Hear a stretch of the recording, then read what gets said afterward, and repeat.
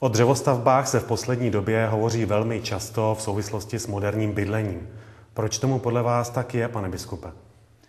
Tak jak vidíte na ukázce třeba tohoto domu, dřevostavby už dávno neznamenají klasické roubenky nebo stavby starého charakteru, ale jsou právě mimořádně vhodné pro moderní architekturu, pro architekturu, která snadno zvládá zajímavé prvky, jako jsou dlouhá podélná okna, chybějící rohy a tak dále, umožňují dělat velmi zajímavé tvary.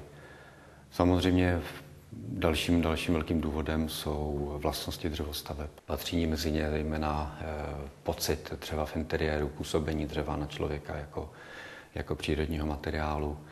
Pak se dostáváme k čistě technickým vlastnostem a to je zejména možnost konstruovat difuzně otevřené stavby, jak už jsem zmiňoval, moderního charakteru, stavby, které mají velmi kvalitní izolační schopnosti a které svým uživatelům poskytují nadstandardní komfort bydlení.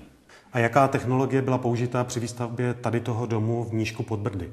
Tato stavba je v Čechách první nebo jedna z prvních, na které jsou použitý masivní velkoformátové dřevěné panely, což je technologie, která je obecně pro stavbu dřevostaveb nová a která konstrukci dřevostaveb posouvá o zase pořádný krok před. Dřevostavby se stavěly dřív buď jako srubové stavby, které si nemusíme popisovat, pak se staví pomocí sloupkové konstrukce. Tato stavba je stavěná z masivních panelů, to znamená celá stěna té dřevostavby je vyrobená v továrně a slepená z masivního dřeva a potom na NC strojích opracovaná do podoby, v jaké přijede na stavbu. To znamená, jsou tam připraveny všechny otvory, vývrty, veškeré opracování. To znamená, na stavbě se už montuje potom jenom jako úplná stavebnice. Tady vidíme typický řez touto stěnou, to znamená, zde vidíte masivní dřevěný panel. Asi potěšující zpráva je, že to je panel od českého výrobce a patří mezi jedny z nejprogresivnějších dneska v Evropě. Izolace je provedena dřevovláknitou izolací, což je izolace zase na principu na bázi dřeva.